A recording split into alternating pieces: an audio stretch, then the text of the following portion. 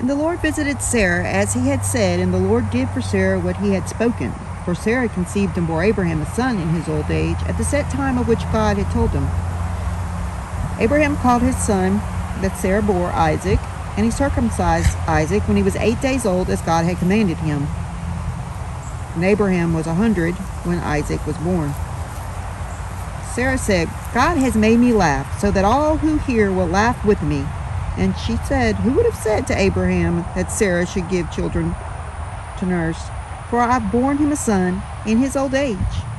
So the child grew and was weaned, and Abraham made a great feast the day that Isaac was weaned. Sarah saw the son of Hagar, the Egyptian, whom she had borne to Abraham, was scornful. So she said to him, cast out this bondwoman and her son, for the son of this bondwoman will not be the heir with my son Isaac. And the thing was very grievous in Abraham's sight because of his son. And God said to Abraham, do not be distressed because of the boy Ishmael, and because of your bondwoman.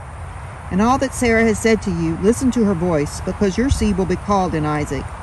And of the son of this bondwoman I will also make a nation, because he is your seed. So Abraham got up early in the morning, took bread, a skim bottle of water, and gave it to Hagar, putting it on her shoulder and the child, and sent them away. And she left and wandered in the wilderness of Beersheba, and the water was gone in the bottle, and she put the child under one of the shrubs.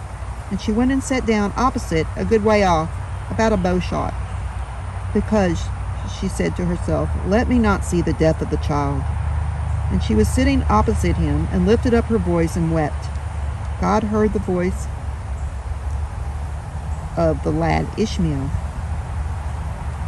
And the angel of God called to Hagar out of heaven and said to her, what troubles you, Hagar? Do not be in awe. God has heard the voice of the boy where he is. Arise, lift him up, and hold him in your hand, for I shall make a great nation of him. And God opened her eyes, and she saw a well of water, and she went and filled the bottle with water, and gave him a drink. And God was with Ishmael, and he grew and lived in the wilderness, and became an archer.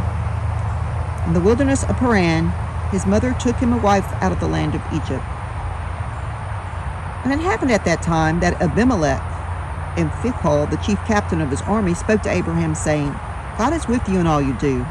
Now swear to me before God that you will not deal falsely with me or my son's son, but according to the kindness that I have done for you, you will do to me, and to the land which you have journeyed to. And Abraham said, I shall swear. And Abraham reproved Abimelech because of a well of water which Abimelech's servants had violently taken away. Abimelech said, I do not know who has done this thing, neither did you tell me, but I heard of it just today. He didn't know what was going on.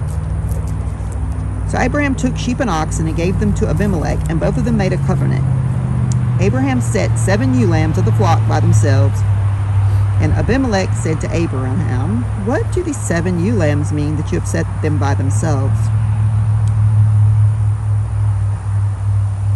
And he said, for you will take these 7 ewe lambs from my hand, so they shall be a witness to me that I have dug this well.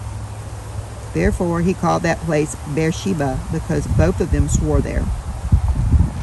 Thus they made a covenant at Beersheba. Then Abimelech and Phicol, the chief captain of his army, rose, and they returned to the land of the Philistines. And Abraham planted a grove in Beersheba, and there he called on the name of the Lord, Eternal God. And Abraham stayed in the Philistines' land many days.